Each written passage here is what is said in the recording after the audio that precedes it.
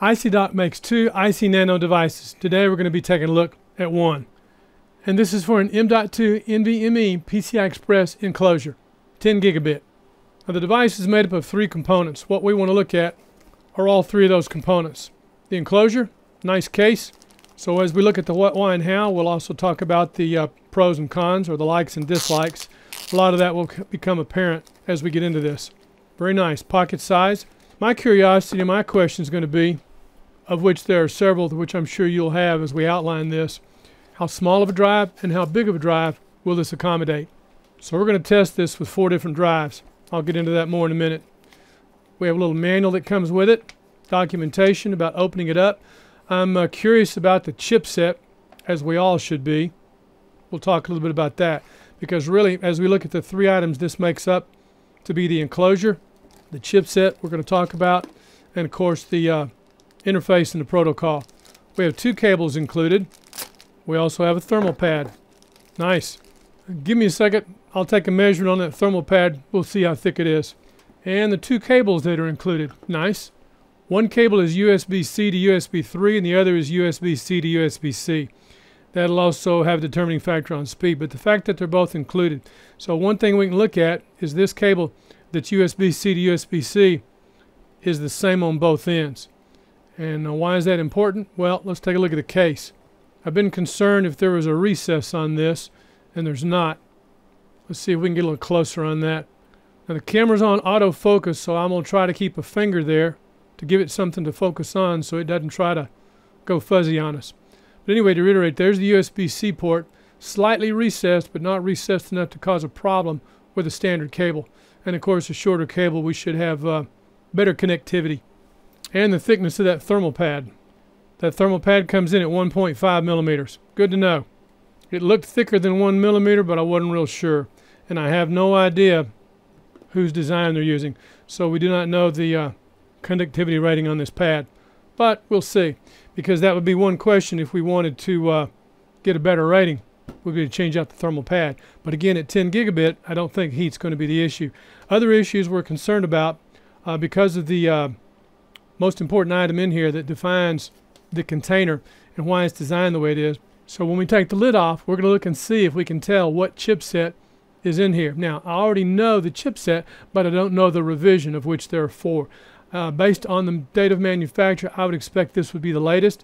The next question that comes into play is, once we determine the chipset, is about the firmware for the chipset. Can we download it from Icy Dock? No. Can we download it from the chipset manufacturer? No. There are other places we can. A lot of this information I'm mentioning I'll have in the description. So I'm a bit concerned about trying to update the firmware on that bridge chip. Now because chipsets rule, this bridge chip matters.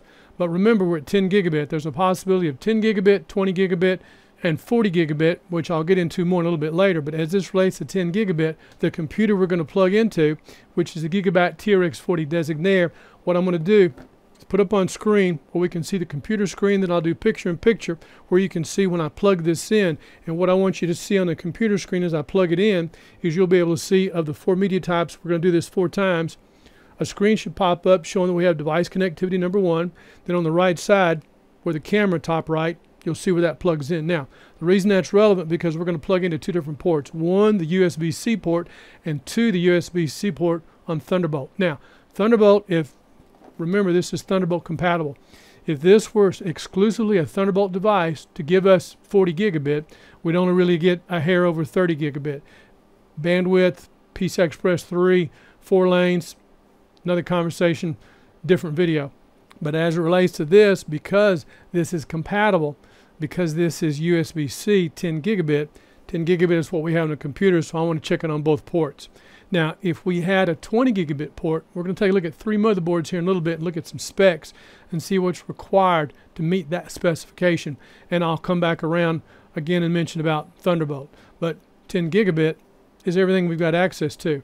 And the fact that I've also got a USB 3 cable gives me access to some of the older computers, like maybe some of the laptops. Now, I wouldn't use this as a full-time online, and that's what I want to demonstrate, because someone might ask, well, what's the best way to test and check one of these? Because everything should always be tested and verified. Great question. If we were to go to Icy Dock's website, which we will, and I want to thank Icy Dock for making this video as possible. They sent this device to us to test. So what we're going to do is, as we look at the chipset, because they'll tell us what it is, there's also two lists, one of drives that work with it and one of drives that do not work with it. Okay, of the 4 memory types that we're going to test, one of them is Intel Optane, because it's the smallest we could get for, I believe it's a 16 gig memory stick, and that was for 2 reasons. One, proof of concept out of curiosity, and number 2, we were looking for a way to do a Windows Media installation tool. Only Windows Media installation to create a faster install, because Windows is a 3-step process and we could only affect that first 1 step when it goes from bootstrap. And what I'm curious is, can we put the memory in here? Will we see it? Will the screens popped up I've just talked about? Now, would I run check disk on this? No, because there are some Intel Optane drives on that list that are not compatible. So I'm curious if what we have will be compatible. If we can see the disk, then I like to run a heat and speed test, and that lists some other items that I want to know about. One, about the firmware in this device. 2, I want to know, is it possible to update the firmware on the M.2 NVMe drive in this enclosure? That's kind of iffy, because again, I would use this only as a temporary device, not as a always-on device. In other words, treat it like a thumb drive. I plug it in, I copy data from the internal to this sneaker network, then I transfer it somewhere else, or this remains as archival storage. I would not use it always online all the time. So as a device, as it relates to this, for say USB dropout, we shouldn't have that issue, because we're not doing a constant data stream, which means we shouldn't be dealing with DPC latency, which are real issues for those that have it. Separate videos, separate topic, but I want to mention it because somebody will. So back to check disk. If I needed to run check disk on the disk that's going to be in here, then I need to be directly connected, or I need to use a chipset, a bridge chip, that allows that information to pass. So the bridge chip. Can we update the firmware in it? Possible. Can we update the M.2 NVMe firmware in it? I don't know. And the next 3 things we want to know is, because the M.2 NVMe drive in here, how much information does the chipset allow to pass through? In other words, this bridge chip bridges us from one interface to the other interface. So the protocol with USB, USB-C specifically, then lets us take this over to M.2 NVMe. And because we're based on the chipset, which we'll get into, only using 2 lanes, one configuration of the chipset allows it to be used with 2 drives, so 2 lanes and 2 lanes, so you can copy from one drive to another. This is not. This is a single disk enclosure. So my other concern about NVMe in here is, will it pass the SMART technology? In other words, can SMART read the drive that's in here? Now, I want to not only be able to see the drive if SMART technology passes through here, but will I be able to read the thermistor on the drive, so when I'm doing the test for heat and speed, I'd be able to see that thermistor to know if there's any heat.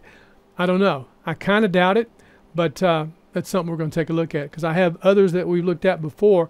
Only did a video on one other one, and that's the one that's specific about the Windows Media Creation tool. So I'm really curious to see how this plays out, because I'm going to be a little more thorough with this. But as we establish how it works with 4 drives, another question that would come up, which is number 3, how big of a drive will this support? Will this support beyond a 2 terabyte drive? And I've seen that question with other chipsets. Now, there are basically 3 chipsets that are usually looked at for something like this. We're looking at just one, but remember, we're 10 gigabit. We're not 20 gigabit. But I'm going to show you some specs and something you might want to look for. 1, an I/O card to add to a computer, to add that if you've got the resources. And number 2, what you'd look for on a motherboard to have. It'd be nice if vendors made this a little easier to find. But if you had USB-C 20 gigabit on the motherboard, what would you be looking for? What's the spec? So we're going to look at the TRX-40, check those specs. We'll look at 2 WRX-80s where one has 10 gigabit and the other one has 20 gigabit. Kind of fascinating. So let's open this up and see what we've got. According to the manual for the interview, we have an adjustable M.2 slider locker. Also notice while we're looking at this, this will take up to a 22110, which is a pretty big deal. Most only go to a 2280, and this will go all the way down to a 2230. I believe the Intel Optane we have is probably a 2242, but we'll double check. And then of course it talks about the key and an LED indicator that we'll see on the edge. So I'm curious to see what we're going to find when we take the lid off of this. And the other steps for the installation guide about removing the heat sink, sliding the adjustable locker to the different positions, insert the drive, and then secure with the adjustable locker, and then install the thermal pad. Place the lid back on it, plug in the appropriate cable of whichever interface we're going to be using. Sounds simple enough. I'm holding that in my hand. This is the back end. Pop the lid off, just a snap fit, and there's the business as we saw in the instruction sheet. Let's zoom in on that, and let's see if we can read that chipset. And I can't zoom in tight enough, so we're going to have to get us a microscope if we're going to start looking at stuff like this. I'll put up a link to the chipset. I know what it is, but I don't know which version it is. And I'm not even sure if I'm looking at it right side up or upside down. But that's the chip that makes all this possible. And I'm not real sure, but that looks like a fan. Most curious. To reiterate, I don't think heat's going to be an issue. So the first drive we want to put in here, and this will spring down. Slide the adjustable locker to different positions. Interesting. That may be easier said than done. This housing, or the bottom, is all plastic. This clip that goes around is plastic. There's a metal insert that apparently locks the drive with a clip that is supposed to keep pressure on it. And the top cover is the metal cover, and that's the aluminum. Okay, to get these to slide, apparently you have to push down on those to get them to slide forward. So I'm going to turn it this way and see if I push down. This is a little bit tricky, so I'm going to zoom out just a little bit because I need to have my thumbs on this end while I push with my 2 index fingers on these tabs and push them down so I can pull them forward. Bingo. There it goes. Now it slides. So these tabs right here, let's go back in on that. To reiterate, these tabs have to be pushed down. And you can see how that pushes when that pulls that out a little bit by pushing down on these outer edges. So to have pressure and strength, I've got to have my 2 thumbs on the edge of the drive so that I have something so I can press with my index fingers and have some leverage with my thumb so I can pull that down. Just want to point that out. Didn't want to break it. Okay, we have our memory, which is Intel Optane. We're going to install that and bring that into position by holding down these clips. There's detents that we have to clear, so these have to be pushed down so that it can be pulled forward. I'm not real fond of this mechanism for latching. Let's see how this works. Okay, and that clips, and that little hook on that metal clasp just touches that. So the drive is still loose as you see me push down, but it keeps it in place. I was concerned about breaking the latch, but I like the fact that I can go to 22-110. It's kind of ironic because we just had somebody asking about a 22-110, an industrial M.2 NVMe drive made by Samsung. Hard to find information on it now that I've mentioned it all. But anyway, most everything we do is 2280. So now that we've got the memory secured, let's take a look, get the lid on it, and see what else we got. Because I want to know if it's compatible with this stick of memory. Now this lid, I'm going to point out right quick, I don't see any kind of configuration that makes this left or right. So it can work either way, just depending on how you want the label to read, which I like and appreciate. So memory's installed, we'll get the lid on. Oh, we're going to need to use the heat sink. One thing I need to point out, because of the thermal pad being the thickness that it is, 1.5 millimeter, I'm going to peel off what's necessary just to lay this on top of that drive, but I'm not going to cut it because I want to leave it to reuse it for the other drives. So we'll see how that's going to work. But the thermal pad's long enough to go over a 22-110. So very gingerly I want to mark this about where I want that pad to go. So I'll peel up just enough so we can cut that backing. I think it's interesting to point out this thermal pad does not have sticky on it to make it stick to the lid, which I'm kind of surprised, but I'm pleased because it makes it easier to change out pads. And I don't think we'd need to change thermal pads due to heat. I think we'd need to change thermal pads due to changing out drives. Okay, that'll give us good coverage. Hopefully that'll be fine without having to cut the pad off. Now let's put the lid on it. And that just snaps back on. Catch one side, catch the other side. Okay, now when we plug this in, the business end is going to be right here. We're going to also have a light here, and I'll try to see if we can get that on the camera so we can see that light. So the next tricky part will be to plug this in to the computer, and I'm going to get that up on camera. So we'll get this in first, and then we'll swap over to the other camera. Okay, let's see how well that shows up on camera. Now what I'm going to do when I plug this in, the first thing, you can see the device, you can see the cable. I'm going to bring up the other screen as I mentioned so that we can see the desktop. So we plug that in. If that pops up and shows us it accesses data, that means that Optane memory is going to work, at least for the first step. So you're going to see a computer screen and then this camera that you just saw for picture-in-picture. Okay, there's the computer.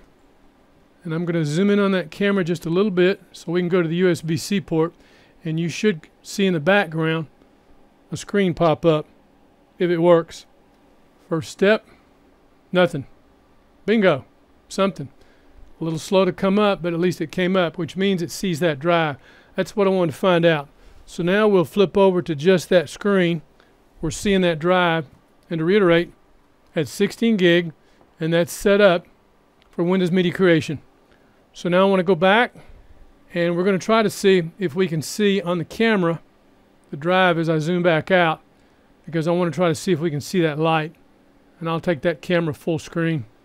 And because we have USB-C over here and back over here we have Thunderbolt, we're going to do the same thing again and repeat it. So the light I'll show you one time just to make sure we've got connectivity. I want to see that light. If I can wrangle that around. There's supposed to be a light there, but I don't see anything. So I don't know if we only see the drive light when there's activity. Yep, there it is, a blue light. You can barely see it. Let me see if I can zoom in on that just a little bit. There it is. There's the drive light. So there you can see it. So I'm going to show you a link in a minute on their site that talks about drives that are not compatible. This one appears to be, but I would not, to reiterate, run check disk. Okay, that part is successful. So now what we want to do is let's see if we can bring up on the computer and do our heat and speed test and see what we can find out. We're looking for, well, I'll tell you as we get there. We'll go to the computer. We'll close that window. Right down here, we're going to bring up hardware info, and we're going to run that with sensors only. We know we'll see the drive, but the question is, will we see the thermistor? I don't know. So let's scroll through the list. I'll zoom in on this once I get to it. I see the boot drive is Seagate Fire CUDA 530. I'll zoom in on that for just a minute because we still got the speed test to run that'll put the heat to it. And we see drive temperature on that drive. And it talks about disk status J micron. That is our bridge chip that we do not see through. So we're not getting that information through that bridge chip. But let's go further down the list to show that we do see the drive. We just don't get to see the thermistor on that drive. And again, Seagate Fire CUDA 520, the boot drive, and there's J micron generic. So we're not actually seeing the actual disk. We're seeing through the chipset. Therefore, that tells me that I don't know how relevant it is to update the firmware on the bridge chip, but it's a possibility through a third-party site, which I'm a little leery of, but those that want to travel that, you know, test and verify.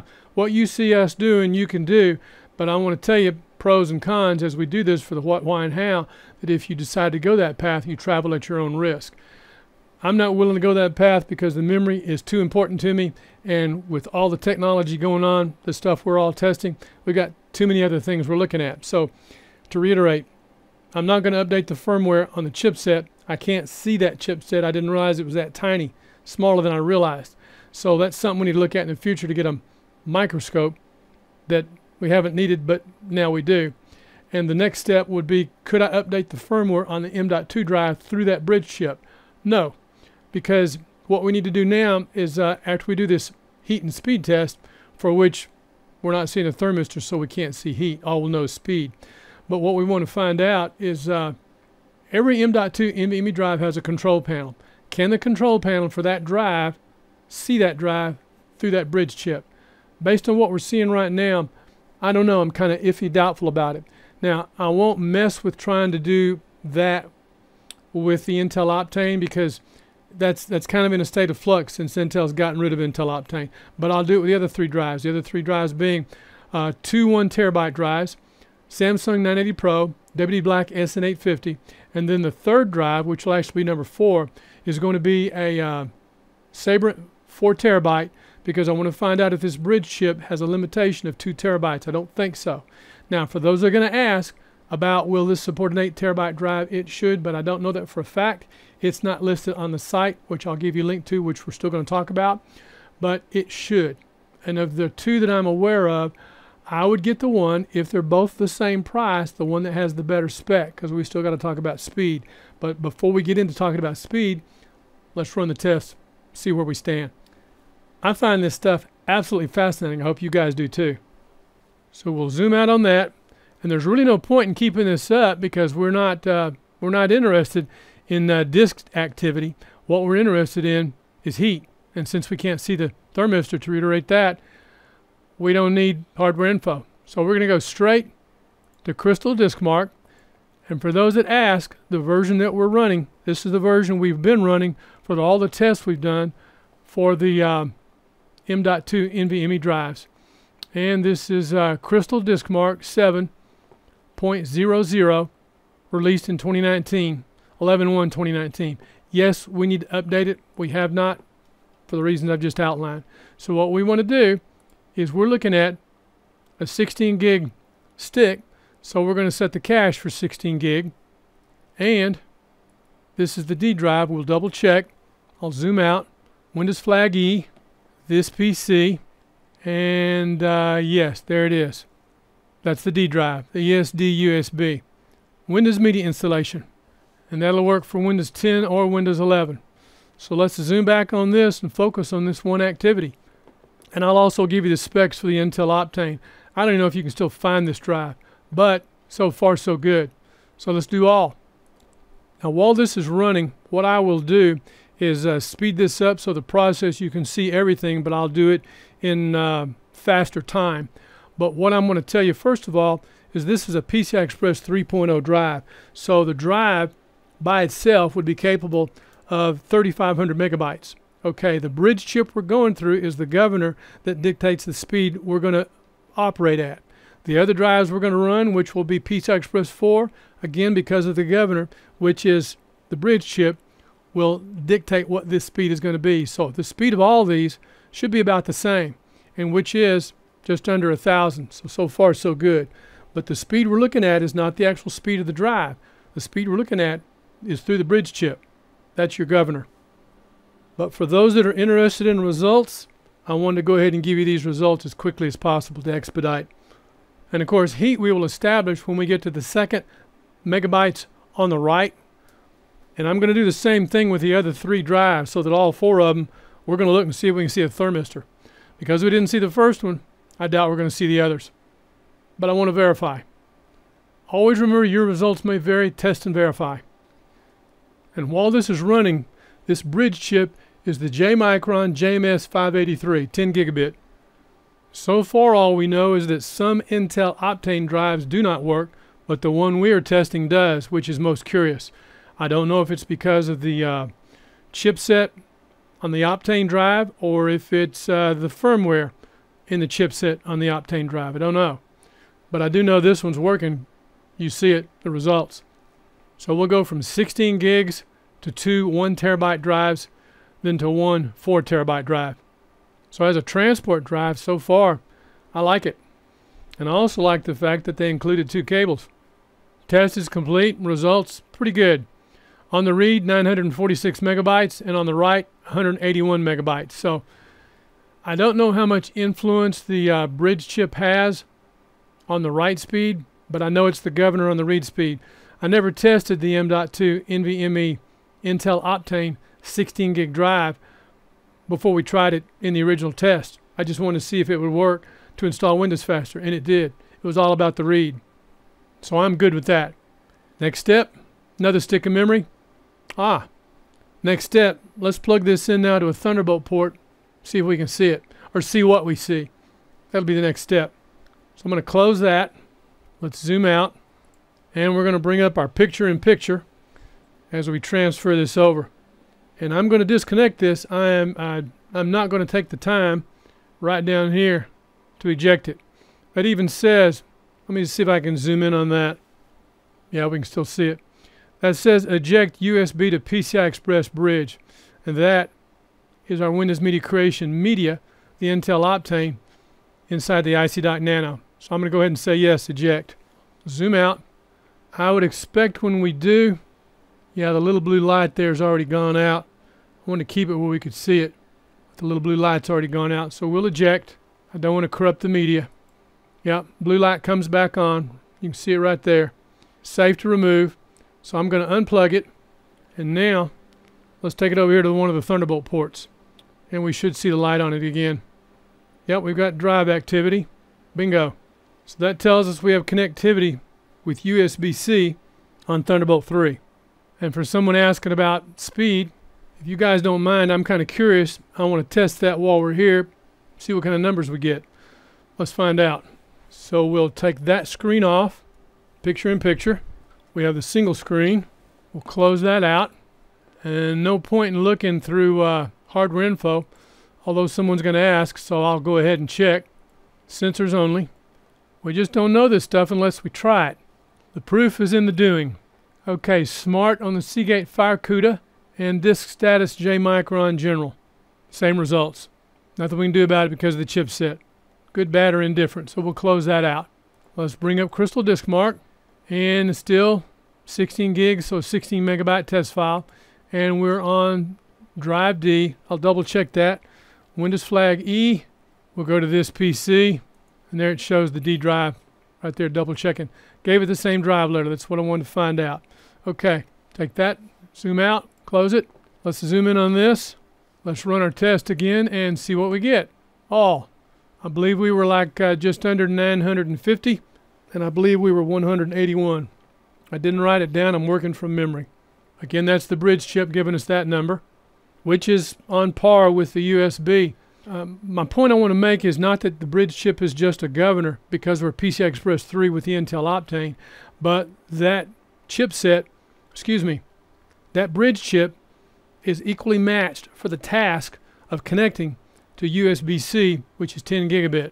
A little bit of overhead with USB as opposed to if we were on, say, RJ45 10 gigabit Ethernet. But for USB-C 10 gigabit, this works. And if we had Thunderbolt 4, I would expect similar results. And the test is complete. We're finished with the Intel Optane memory, 16 gigabytes. Now, someone's going to ask about heat. We could have done an emissivity reading, but because of the length of the cable, it's a little awkward to get in here with the camera and shoot that and hold that and be able to show everything. So suffice to say, I can put it on my arm, kind of like checking a baby's bottle. Yep, I've fixed baby bottle before. And putting it on my wrist, I can feel the warmth, but it's not uncomfortable. So I don't think doing an emissivity test reading on that is that big a deal with the Intel Optane.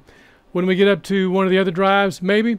But again, because we're at PCI Express 3, and because number one, as you think about it, we're with USB-C 10 gigabit, I don't see heat as an issue. When we go faster, we get hotter, heat's a bigger issue. So the next test is, let's change to one of the other drives. We'll zoom out, and I'm curious down here if we've got, yeah, same thing, eject. Bring that back up so you can see it. But down here in the bottom right, still sees it the same way. Eject USB to PCI bridge, which is the 16 gig Intel Optane set up and formatted for a Windows Media installation of Windows 10. So I'll go ahead and eject it. Close the test. Then we'll disconnect the drive. Okay, let's see how this looks. We'll plug this into the USB-C port. And we have connectivity. Perfect. And you can see the blue light. We have drive activity. So I'll just disconnect it, and that screen should go away. Perfect. Just double checking, one to expedite. Okay. I'm a little concerned over time how secure this is going to be, because just now pulling this memory out and opening this up, because of the flex in this bottom tray, the memory fell out. Fortunately, I was on the table, it didn't fall far, but I'm not real pleased with that. But I want to point that out. Memory's fine. And the thermal pad does tend to stick once it's been engaged. In other words, once it's come in contact with this shield. Next drive, one of my favorites. This is the Supermicro Dual M.2 NVMe adapter, and this has the 2 drives that we've done all our testing with. Love this card if you've got the resources for it. And I'm going to pull one off, start with the top one, the WD Black SN850, and install that in our Icy Dock. So I'm going to need to slide the casing back, and the casing is easier to slide back holding it in my hands and just pressing down knowing what to expect than it was to slide it forward in my hands. I got a feel for it now. You got to hold it in your hands, get a good grip on it. There. And I'm going to be a little bit more particular this time, knowing that this plastic casing flexes so much when I take that top off. I don't want that memory flipping out. That might cause me to flip out too. So we'll pull this down, get this locked in, just like that. Holding it in your hands, index fingers, pushing that down, that locks it in. The only problem with that, when that thing flexes, that'll pop loose. So that's a bit disconcerting.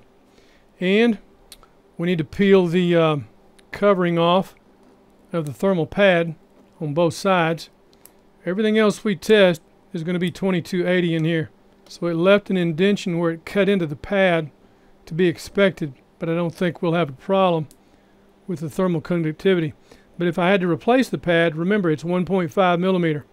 Everything we've tested has either been 1 millimeter or less. But to reiterate, if you're concerned about heat, that would be one place to make a change or an improvement, would be to change out the thermal pad.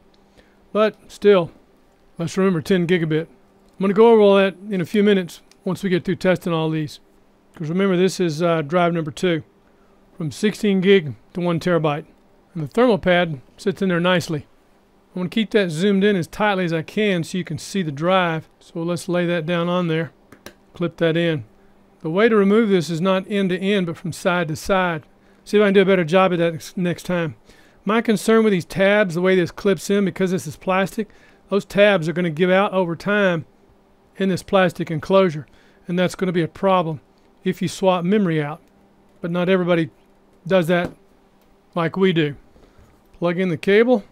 Let's go through our 2 ports and do all this again. Okay, we're going to plug in the device. We should see a screen pop up.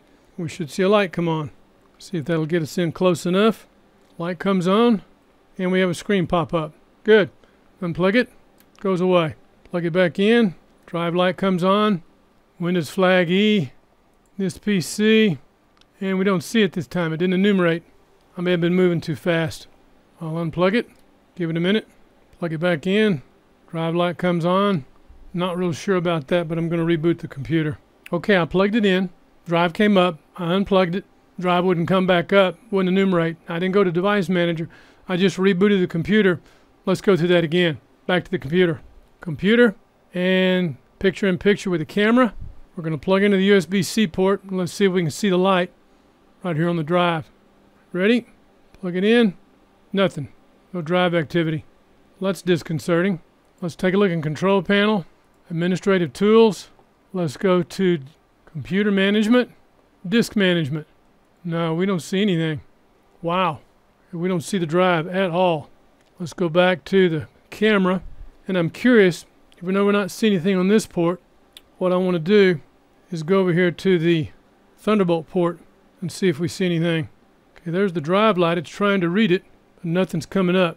So let's go to Control Panel, Administrative, Computer Management, Disk Management. No, we're still not seeing it. We're not getting past it, and I have no idea why. It saw it the first time. I unplugged, plugged it back in, and it doesn't come back. And that's with the WD Black SN850. So the next thing I need to do, I'm going to check the drive, make sure it's okay, which means putting it on the Supermicro and putting it in this computer, booting it up. Okay, I don't have the camera on it, so you'll take my word for it. But I plugged it back into the USB-C port. I do have drive light activity, so I'm going to look again in Control Panel and see what's up. Let's go to that screen. Control Panel, Administrative, Computer Management, Disk Management. No, we're still not seeing the drive.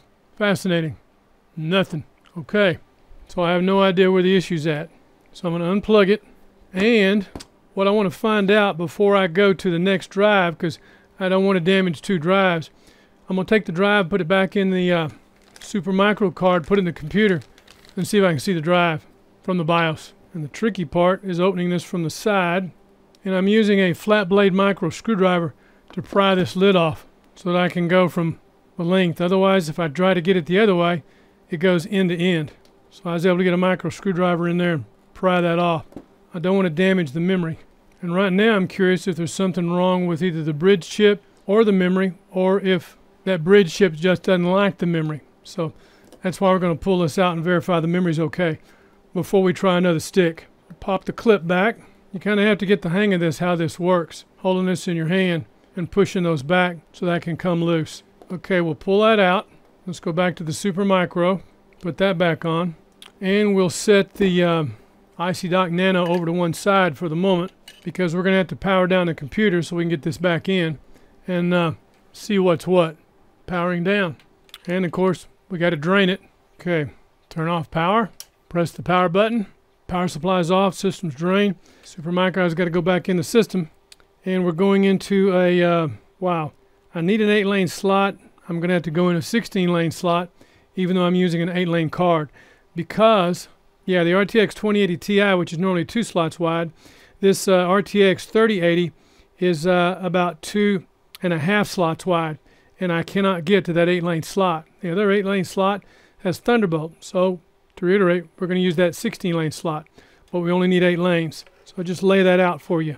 So we're going to need to go into the BIOS and double check and bifurcate the slot, which means 2 reboots. One for bifurcation and the second one to see both drives. And then we'll go into Windows, make sure the drive's all right. Okay, card secure installed. Good to go. Turn on the power supply and energize. A lot of work just to test a NVMe enclosure. Okay, BIOS. As soon as the system's up. Powering on. We'll go through post up here.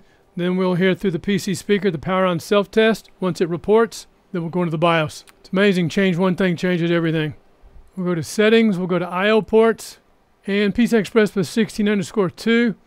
Bifurcation is auto, which doesn't work. It only works for a 16-lane slot. If we need 4x4, we have to set it. And because we're using 2 M.2 drives, and we're only using 8 lanes, we've got to set it for full bifurcation for 4x4 by 4x4. Once that's set, then we'll do the F10, save configuration exit, shows the modification, PCI Express plus 16_2 bifurcation from auto to 4x4 by 4x4. If we didn't make that setting, we wouldn't see the drives, so I want to point that out. And then we'll come back into the BIOS and see if we can see those 2 drives. All in the name of testing. Save configuration, yes. Okay, system reboots. Once we get through post again, we'll go back into the BIOS, see if we can see the drives. Once that's done, we go into Windows, we see if we can see the drive. Shouldn't be anything on it because they've been moved around a lot. We'll go to disk management. May need to format it, and then we'll make sure the drive's okay. Then back in the enclosure, and we'll try that one more time. System is resetting itself. Remember, there's a list of drives that do work, and there's a list of drives that don't work. So far, one drive that shouldn't work did, and the second drive that should has not yet. Just want to verify the drive's all right. BIOS. Okay. Boot. And right there under boot, we see the other 2 drives. The WD Black and the Samsung 980. That's what I wanted to verify. Okay, the drives are fine, so we will do F10. We've changed nothing. Yes. This time we reboot. And the third time we come into the operating system, and then we'll go back to Device Manager. Test and verify, folks. Test and verify. This is absolutely fascinating. Just remember, chipsets rule. Post. That's another good example of when I talked earlier about running check disk, why I would be afraid to run check disk. Because if it perceived a problem going through that bridge chip, it could only make a situation from bad to worse. Windows. Control panel. Administrative tools. Computer management. Disk management. And we see the WD Black SN850. It's fine. And we see the second disk. So I had already formatted that drive. I didn't remember. And the second disk, because it's been monkeyed with so much, that's the Samsung 980 Pro. Anyway, they're both there. They're healthy. They're fine. That's what I wanted to verify. So let's go to Windows Flag E, this PC, and we see our drives. The WD Black SN850, and we don't see the other drive because it needs to be formatted. Anyway, while I'm on the WD Black SN850, I'm going to copy some data to it since there's nothing there. And with that data on it, then I want to go back through the process, put it back in the container, and see if the device can see the drive. It can, it maybe not, don't know. Another issue would be while I'm on here, would I want to update the firmware on that drive? That's a possibility that might make it more compatible with this device. Let's double check. So first things first, Windows flag E, I'll bring up another drive. I need to go to this PC. So what we'll do is I've already got a shortcut on the desktop. I'm going to take a file and I'm going to create a directory on this other disk and put that file in that directory. And that file is the finished video that is on YouTube. And look at the speed on that. For those of you that didn't catch it because it went by so quick, I just copied a file which is about 5.5 gigs, and I copied that file from the boot drive in the machine, which is a Seagate FireCuda 520, so it's PCI Express 3 of about 3,500 megabytes. And I copied that over to a drive, which is the WD Black SN850, because it's already been formatted and it's ready to receive data. To reiterate, I created a directory, copied the file over, and that WD Black SN850 is PCI Express 4.0, third generation, so it's capable of about 7,000 megabytes. The point of it was, did you see how fast it copied? Going from an NVMe PCI Express 3 at 3,500 megabytes over to PCI Express 4 capable of about 7,000 megabytes. Yes, the Supermicro is spec'd at PCI Express 3, but the Supermicro card, as we have tested, will do PCI Express 4 drives. The point of it was, copying that over, did you see how quickly that happened? So quick, it was like blink. So when you run that back to look at that, you can freeze that screen and see what the speed was. Impressive. No spinning disks in the mix. So the reason I copied the file over is because now we want to take that drive, put it back in the enclosures we talked about, to reiterate, and look again to see if we can see it. I saw it once, I unplugged it, but when I plugged it back in, I couldn't see it. So that's something else to do a test with a drive. If you think you can see it, plug it in, let it see it, unplug it, plug it back in and see if it'll see it again. Because it could be something, again, to reiterate, with the chipset, the bridge chip. It is what it is. Now the next question is, I mentioned and I brought up, what about the firmware on the WD Black SN850? Let's check. So we'll close that screen out and that one, and let's bring up the WD Black SN850 has the dashboard, and it should automatically load and see the drive. It'll tell us, tells us about the firmware. Up here at the top, sees the drive. I'll zoom in on that. Sees the firmware version, drive health, and security frozen. New application available. Okay, I'll go through the process. First thing I want to do is install new application. And I like the way they do this. New version of dashboard from 3428 to 3627. Now to reiterate, why are we doing this? Because we want to find out if updating the firmware on that drive, the NVMe firmware, is going to affect that bridge chip with the firmware version. I'm not going to update the firmware on the bridge chip, although it's doable. But since I can't download it from either Icy Dock, to reiterate, or from JMicron, that's not something I want to get into. That's where I draw the line. So let's do this, keep going, see where this ends up. Nothing ventured, nothing gained. So we're going to update the application, then we'll check on the firmware. Remember, every M.2 NVMe drive has some type of a control panel that will allow you to do several things. To test it, to check the firmware, and to check the health and status of the drive. New update installed, and shows drive health normal. Shows the disk up here at the top. And I didn't have to select it, it automatically found it. And it only sees that brand of drive for those that are asking.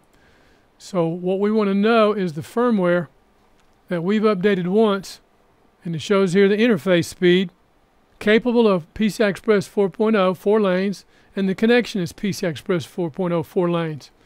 So we'll go to Tools, and this says the firmware is up to date. And that says a 5/23 of 2022. I will double check for firmware updates just to be safe. The firmware is up to date. Okay. So if to some of you that seems like a dog and pony show, we verified the application's up to date and we verified the firmware's up to date. So the firmware hasn't changed because it was updated previously and it hadn't been updated since when we put it in that enclosure. So we've copied data over. We're going to go through, put the drive back on. If it doesn't see it, it doesn't see it. We have to accept that. Then we'll move on to the next drive. So let's do this. As always, change one thing changes everything. So the drive is good, the firmware is good, and we copy data over very, very quickly. So we've got to power down so that we can pull that drive. Here we go. Okay, we've got the Supermicro card, and we're going to pull that drive out, snap that around, and let's turn this where we can get a hold of it and pull the clip down. So we'll put that back down, and it clips from end to end, side to side. Lid's back on. Good. Remember, we still got 2 more drives to test. And remember, our results, just because these are the results we get, you might get different results with the same drive. Test and verify. But at least you know what to expect. Lid's on, cable's plugged in. Next thing we need to do is get the camera swung back around so we can get dual display. So we need to boot the computer back up. I will not need to change the settings on that slot because I'm going to have to probably do this again with what I've done with this drive if this happens twice. So I'm good to go, and I'm going to plug it into both ports again. Try. In other words, the USB-C port and then the Thunderbolt 3 port, which is USB-C. I did not expect the Intel Optane to work. That's really curious. But I did expect the WD Black to work. And we verified, to reiterate, the firmware is current. Fascinating. Let's go picture in picture with the camera. And we're going to plug this in. And we should be able to see the light as we do this. And let's see if the screen pops up this time. Nothing. No light. No light on the drive. No connectivity. So that saw it the first time, but it won't see it since then. So I'm going to unplug it. I'm going to swap it over now. This time let's go to the Thunderbolt port and see what happens. And I've got drive light activity, and it pops up. Wow. There's the drive light. You can see right there. So my next concern is, because I have this on Thunderbolt, but I don't have it on the USB-C out of the motherboard, I wonder if I might have damaged that USB-C port. I don't know. I can't take anything for granted. So I'm going to plug something else in right quick just to double check. This is a SanDisk. And what we're going to be doing is just testing to make sure the port's okay. This device has a little plug on the end to make it easy to go from USB 3 to USB-C when we pull that off. So let's plug this in. We have the Icy Dock, and we've got the disk up, and we're on Thunderbolt. Let's see if this works on USB-C. And we'll go to picture in picture, and you'll be able to see both devices. This device is plugged in, and then this device over here plugged in, and another screen should pop up. We'll see. Bingo. Okay, what I've just verified that I had to know was, I wonder if I had done something inadvertently to have damaged that port. I have not, but I have verified the port's okay because I can see data on that particular drive. What I do know is, and I don't understand, why the bridge chip in the Icy Dock, which is the JMS 583, probably the 4th version, most current, came up initially, but then it wouldn't come up again on that port, but now it's coming up on the Thunderbolt. So that kind of iffiness kind of has me concerned. But now that we verified that the USB-C port on the motherboard is okay, what I'm going to do is I'll unplug it, and we'll go back to what we're working on, which is working on the Icy Dock to see that now that we're on Thunderbolt, if we can read that video. Now, after we get through that, I'm going to unplug it, wait a minute, and plug it back in, see what happens. So let's go back to dual screen, picture in picture. So when I unplug this, what you see right here, we're looking at is actually 2 disks. One, the WD Black SN850, which is on the Icy Dock, and the other one down here is the SanDisk Extreme. So I'm going to unplug the SanDisk Extreme that you see with that data right there, and that should just disconnect, and that screen should go away. And it did. Now we're looking exclusively at the Icy Dock with the WD Black, and we're going to see if we can read the media that's on that disk. And remember, that media was copied to that disk while that M.2 drive was on the motherboard. So I'm going to do the process again in a separate directory and copy it again from the M.2 that's on the motherboard, which is the Seagate FireCuda 520 PCI Express 3. Copy it on here again, see if we can see it. Test and verify, test and verify. Got to make sure that everything works.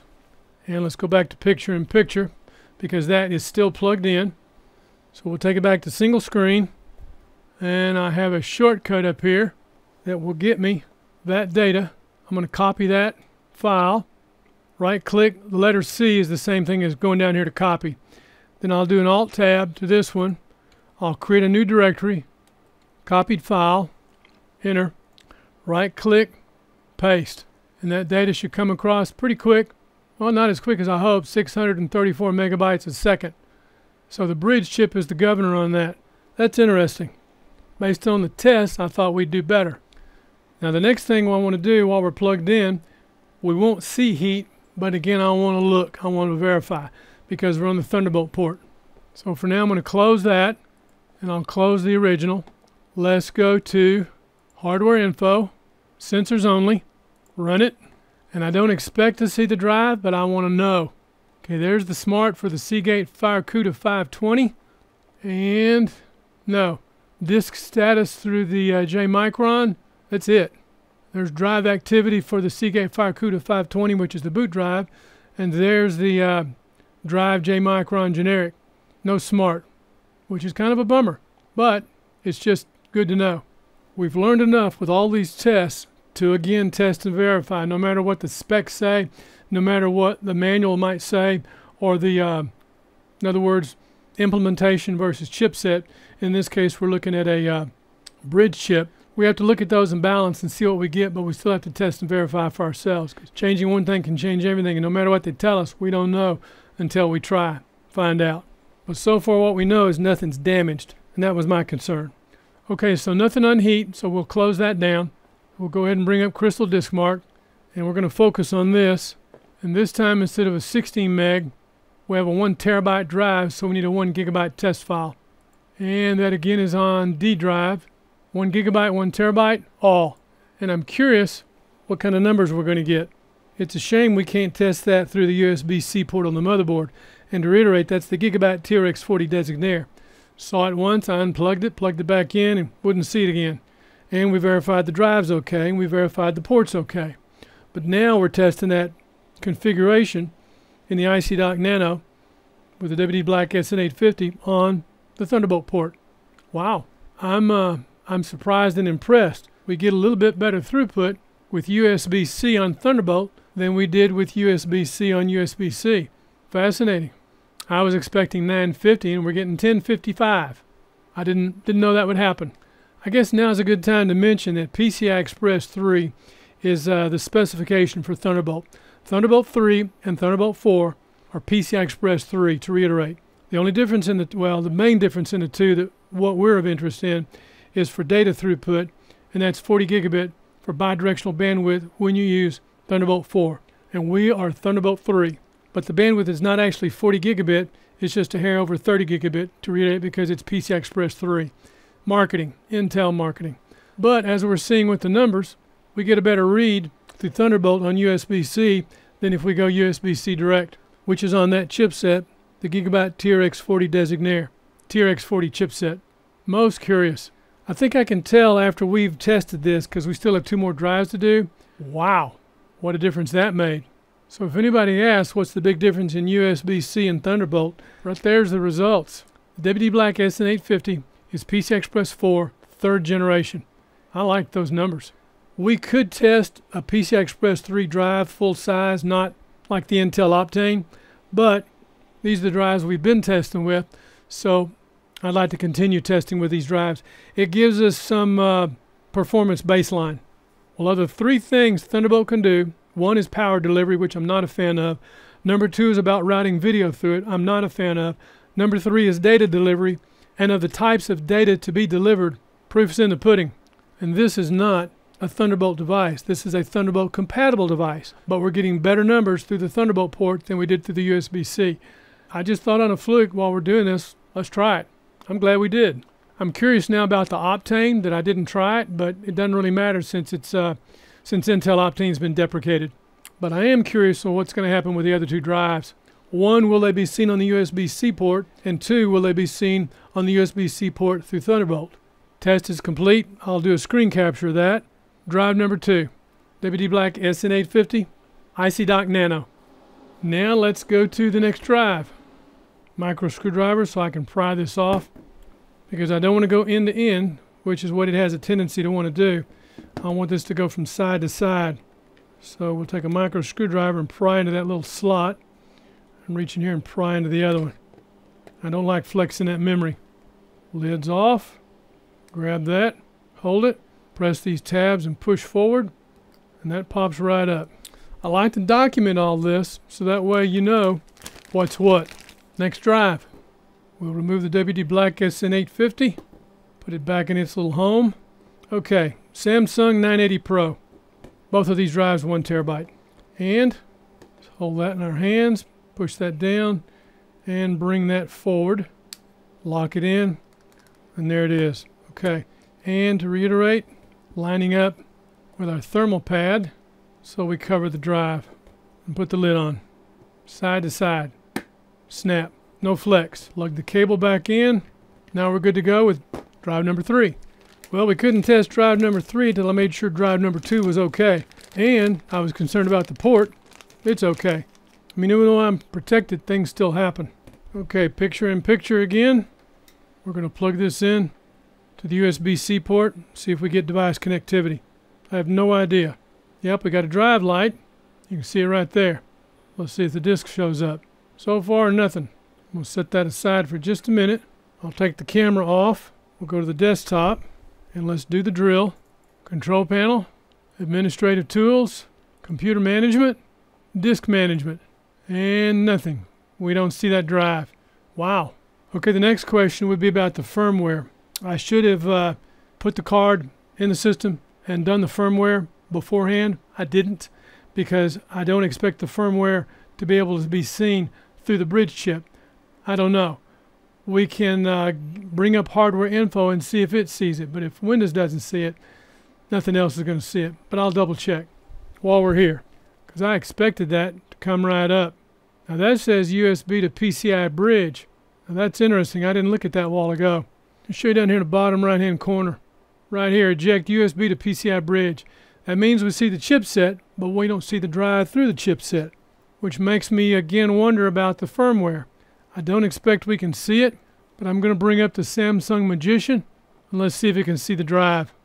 No, it does not. It sees one NVMe drive and it only sees the Seagate FireCuda 520. It does not see the other drive.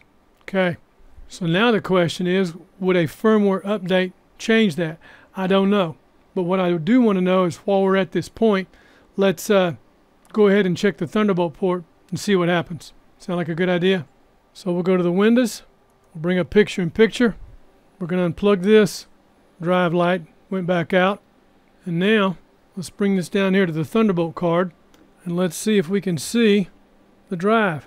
Nothing. Nothing on Thunderbolt. Oh, I plugged it back in. Yep, we got a drive letter. So I didn't make the contact. The light's on. That's what I want to see. And I want to see if something's going to pop up. So this time, let's go down here. And again, we see our bridge chip, but we don't see the drive on that bridge chip, which tells me the operating system isn't going to see it either. But we'll double check. Control panel, administrative tools, computer management, disk management. Refresh that screen, and that's interesting. Now it sees it. So I must not have waited long enough. But what I expect, Windows flag E, this PC, yeah, the drive needs formatting. So I'll go back into control panel and do that. I did not remember the status of that drive. These drives have been used in so many different devices. Disk management, we'll do a right click, which means this had been probably on the quad card, and that's why it's not seeing it. So I'm going to delete the volume, fresh disk, new simple volume, full capacity, assign a drive letter D, NTFS.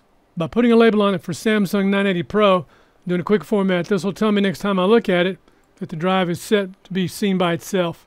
Okay, and a drive letter pops up, and there it is. So let's take a look at it now again. Close all this out. Down here in the bottom right. Yeah, now we not only see the chipset, or the bridge chip, but we also now see the Samsung 980 Pro.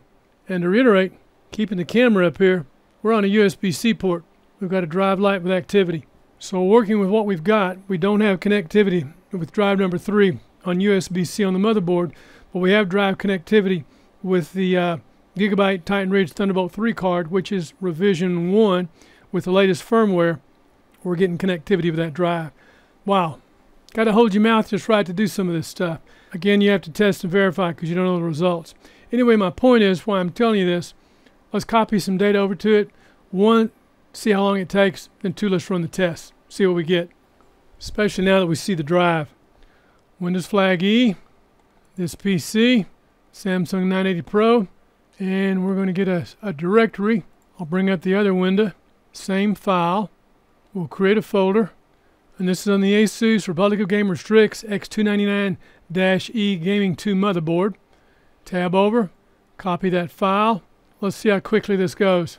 Paste. We're topping out at 627 megabytes. So instead of 600 megabytes, we're about 630 megabytes. A little faster. Nice. Okay, the file copied over fairly quickly. That's what we wanted to find out.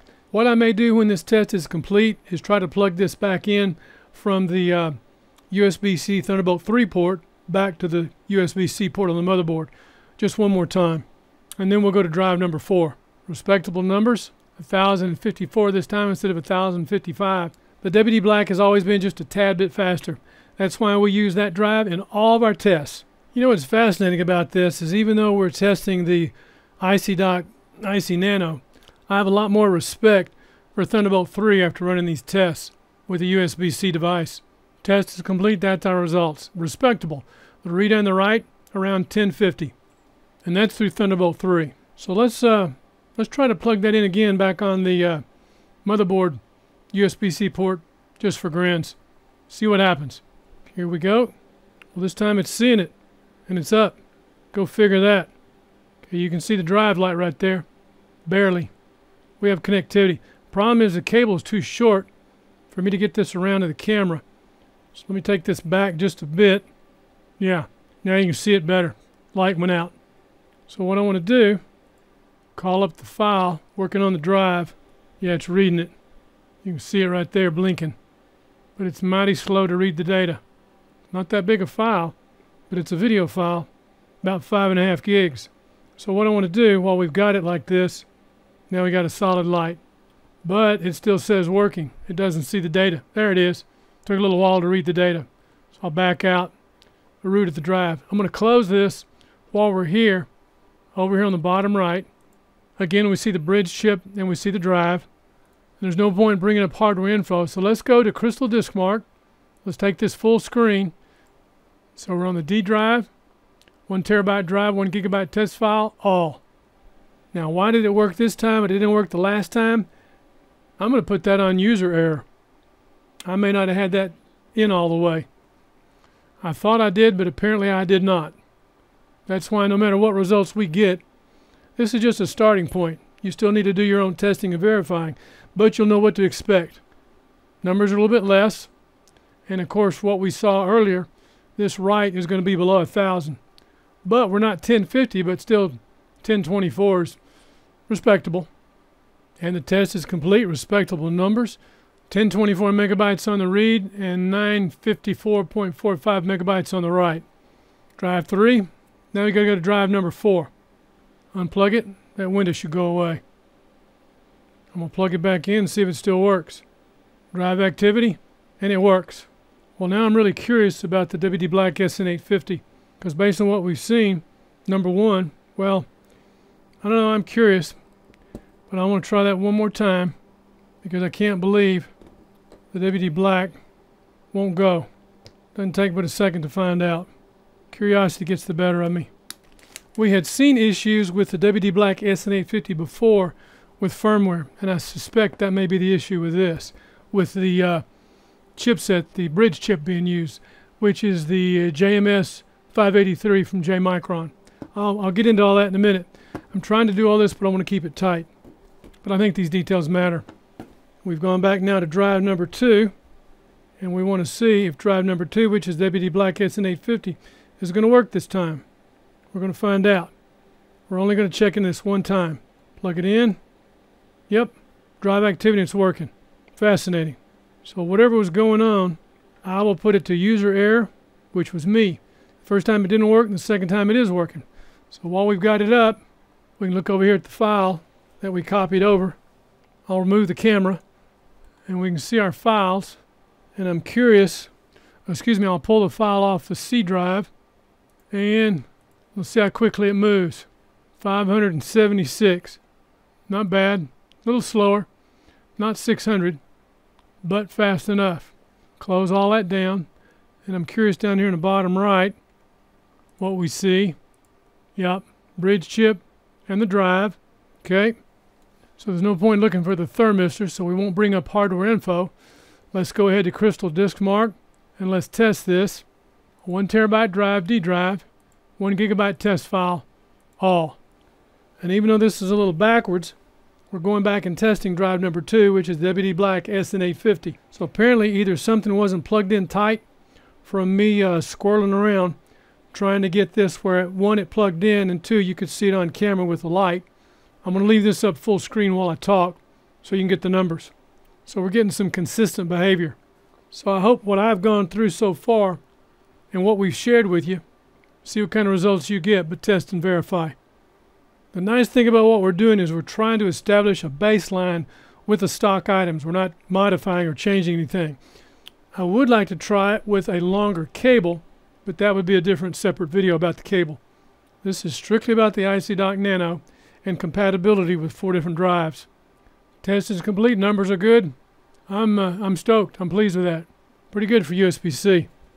Well, I'm glad we were persistent and tried that again. Okay, next step, drive number 4. Most interesting. I'm glad we went through that. Most enlightening. Drive 1 one time. Drive 2 twice. Drive 3 one time. We'll see what we get with drive 4. And now for the 4 terabyte drive. Wow. We want to see if we can get past where some have talked about a 2 terabyte limitation. This chipset does not list a limitation, but I want to verify. And I'm not sure even if Icy Dock has tested a 4 terabyte drive. But we will. Now, I need to point out about this drive. The other drives we tested were all single-sided. This 4 terabyte drive is double-sided. So we're going to take that drive and put it in this container, and it will clear because there's space behind all the goodies. And the circuit board, because of the connector, is even up just a little bit. In other words, there's space underneath. So double-sided memory, not an issue. Point that out. Check our thermal pad and heat shield. Heat sink, good to go, lined up. Side to side. Want to make sure we make those tabs line up. One side, snap. What do you think? Will it work? Or will we have another user error? Drive's in secure. Cable's plugged in secure. I heard it click. Get the camera swung around. Ready? See if we can get this up where we can see if a light comes on. Light came on. And we have a drive. Fantastic. 4 terabyte. I don't have any way to hold that there. But you can see the light right there where my finger is. So I've got to let that sit. But you can see the connection. So I'll move the camera out of the way. We have drive activity. I'm curious. This was originally set up as a C drive because it has instruments on it. So I'm going to create a directory on this drive for videos. I'm going to bring up the other drive from the C drive in this computer, and we're going to create a subdirectory based on the file for the Asus ROG Strix X299-E Gaming 2, and this is that video. If I don't do this now and try to figure it out later, forget it. And we're going to copy the file. Let's see how quickly it copies. Copies pretty quick, 580 megabytes per second, respectable. Could be faster, but we're going through a bridge chip. So anyway, I'm going to close all that, and that again was about a 5.5 gig file. Let's go down here to the bottom right and see what we see. The bridge chip and the 4 terabyte drive for instruments. Wow, that's how long ago I created that drive. Goodness, time flies when you're having fun. Okay, just for grins, let's check for the thermistors. So we're going to go to hardware info, sensors only. We have a pretty good idea what we're not going to see, but we're going to look anyway. So let's scroll down. First drive we'll see, the boot drive in this machine, the Seagate FireCuda 520, and again the J Micron. We don't see what we want to see. And there's the Seagate FireCuda J Micron. Okay, so we're not going to see thermistors. Bummer. Okay, let's go ahead and bring up Crystal Disk Mark. We're going to run our test full screen. So we'll zoom in on that. D drive, and because that's a 4 terabyte drive, we want a 4 gigabyte test file. So we'll flush the cache. And let's see what kind of performance we get. All. And this is the first test because we're on a USB-C port. We'll try this again once we go through Thunderbolt. And the test is complete. Results are good. And that gives us results on a 4 terabyte. I believe that's a Sabrent Rocket 4 terabyte PCI Express 4 first generation. So that's capable of about 5,000 megabytes. And because of the bridge chip and because of the USB-C connection, you can see the results we're getting. So we want to jump out of that. Let's go back to picture-in-picture. And we're going to take this from USB-C back down here to the Thunderbolt port. So I'm going to bring up Windows Flag E, this PC, and we'll bring up a screen. So when I unplug this, you'll see that go away. Then I'll drag the camera down so we get a better shot. We can see the drive light. I'll unplug it. When it goes away, perfect.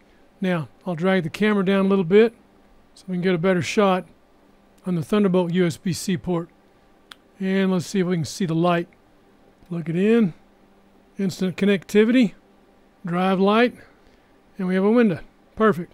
So I'm going to let go of that because I have no way to hold it up there. But you saw the light. And the only test we need to perform, we can copy another file on there for some that will ask and are curious about that.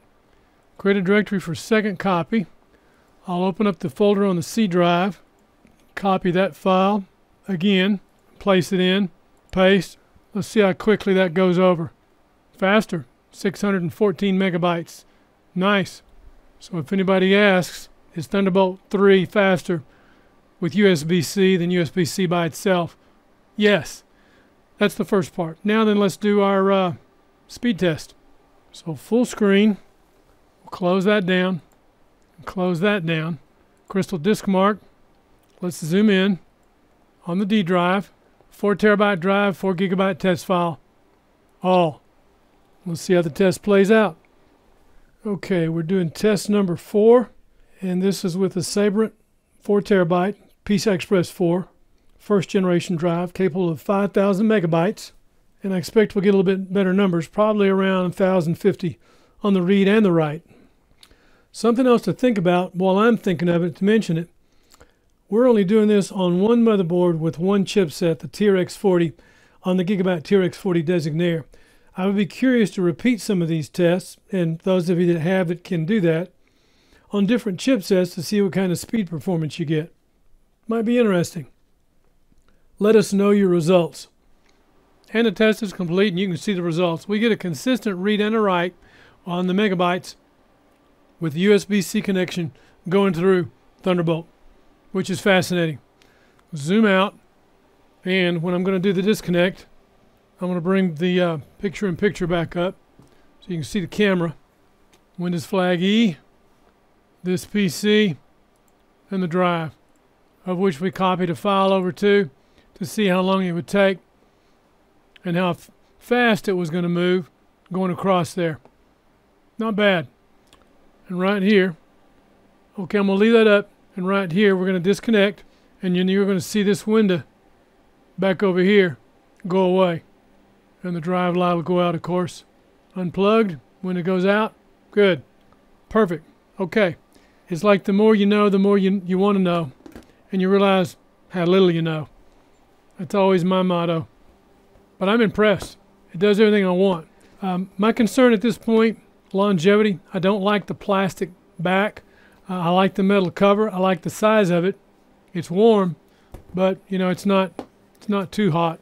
I like the cables that are included with it. I didn't see any point in testing the USB 3 capability. We're interested in speed, and this is an M.2 NVMe drive. Now, when you're looking for something like this, you can look by brand. You can look by type of device. In other words, an M.2 NVMe PCI Express Enclosure. Number 3, you can look by chipsets if you know what you're looking for, which will bring up a whole different world of information. And once you know chipsets, then there's a certain specificity of chipsets. In other words, items you're looking for, things we looked for. Number 1, can we update the firmware in this? I'll provide a link where it's possible. But to reiterate, not through the two main sources. Can we update the firmware on the drive? Well, if we can't see smart because we can't see the thermistor, there's no way we can update the firmware because can't see past the bridge chip. So no, some you can. And can it work past the 4 terabyte? Excuse me. And can it work past a 2 terabyte drive? We've proven we saw a 4 terabyte drive. So yeah. So will it see an 8 terabyte drive? It should, but we wouldn't know. Test and verify. Let's take a look at some links. Mainly we want to take you to Icy Dock site. 2 devices. The one we looked at was for NVMe. What you want to look at is the product with the part number. I'm not going to repeat all that, spell all that out, but I'll have it in the video description. What you want to focus on, this is the Icy Dock ICYNano, and it's Thunderbolt 4 compatible. Specifications, this gives us the information about the chipset, the J-Micron JMS 583, documentation, a data sheet, a user manual, and the FAQ. If you're having issues, go through the FAQ. There's also a list, compatibility issues. There's a list of drives that are known to be incompatible, and there's a list of drives that have been verified to work. If we look at the details, right there are 3 Intel Optane drives, 1 Samsung drive, which is curious because that is the PM983, and I think that is one of the larger drives. And the drives that are verified to work, and there's a pretty good list of them. And hopefully with our testing, we've just added to that list. Folks, this is Builder Buy. My name's Gil Boyd. I want to thank you for watching. Welcome. We look forward to seeing you next video. We're out.